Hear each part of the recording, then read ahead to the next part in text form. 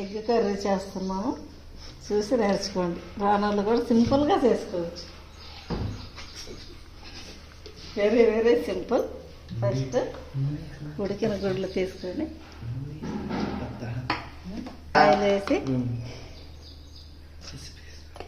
ఆయిల్లో కొంచెం పసుపు వేసి,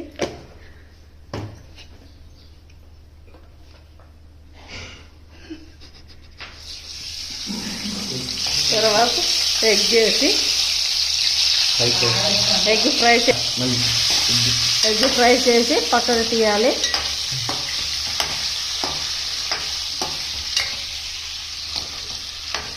కొంచెం దోరగా వేగితే చాలు.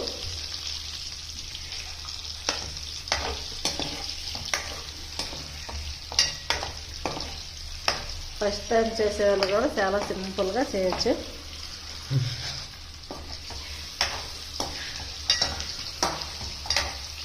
10 నిమిషాల్లో అయిపోద్దండి. వెయిట్ చేయండి.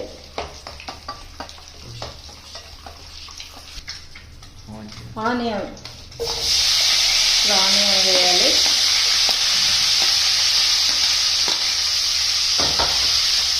ఇది కాస్త ఫ్రై అయ్యాక అల్లం వెల్లుల్లి పేస్ట్ కొంచెం వేయాలి. ఒక స్పూన్ అల్లం వెల్లుల్లి పేస్ట్. అలాగే ఉంటే కొత్తిమీర కూడా వేసుకోవచ్చు, లేదంటే అలాగే చేసుకోవచ్చు.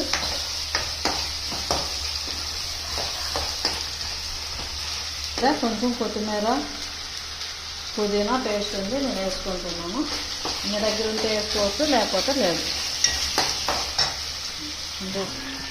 వేస్తున్నానండి స్పూను.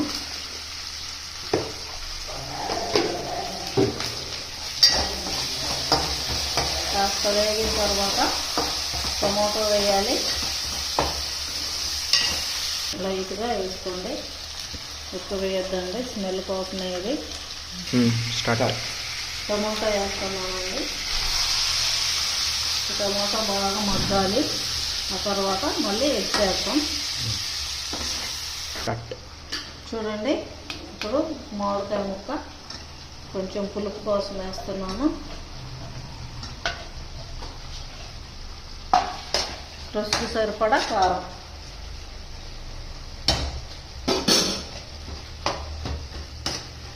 ఇవి రెండు బాగా మగ్గిన తర్వాత ఎగ్స్ వేయాలండి.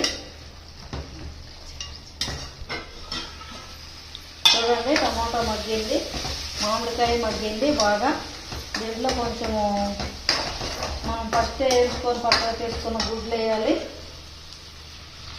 నేనైతే 6-8 గుడ్లు తీసుకున్నానండి.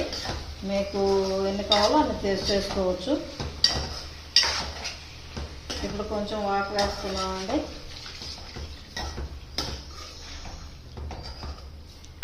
ఆల్మోస్ట్ దగ్గర పడిందండి. ఇంకొక 5 మినిట్స్ బాగా.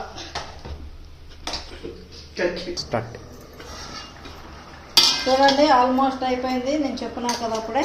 ఇప్పుడు ధనియాల పొడి లాస్ట్గా ఫైనల్గా ధనియాల పొడి 1 స్పూన్ వరకు వేసుకుంటున్నాను నేను.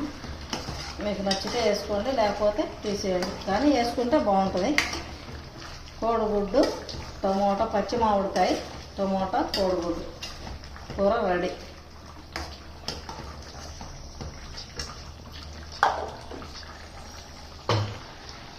అయిపోయిందండి. పచ్చి మామిడికాయ, కోడిగుడ్డు, టమోటా కూర రెడీ అయింది. నేనైతే స్టవ్ ఆఫ్ చేస్తున్నాను. ఇప్పుడు వేడి అన్నంలో చూపిస్తాను. చూడండి, వేడి అన్నంలో పచ్చి మామిడికాయ, టమాటా, కోడిగుడ్డు కర్రీస్ బాగుంది. నచ్చితే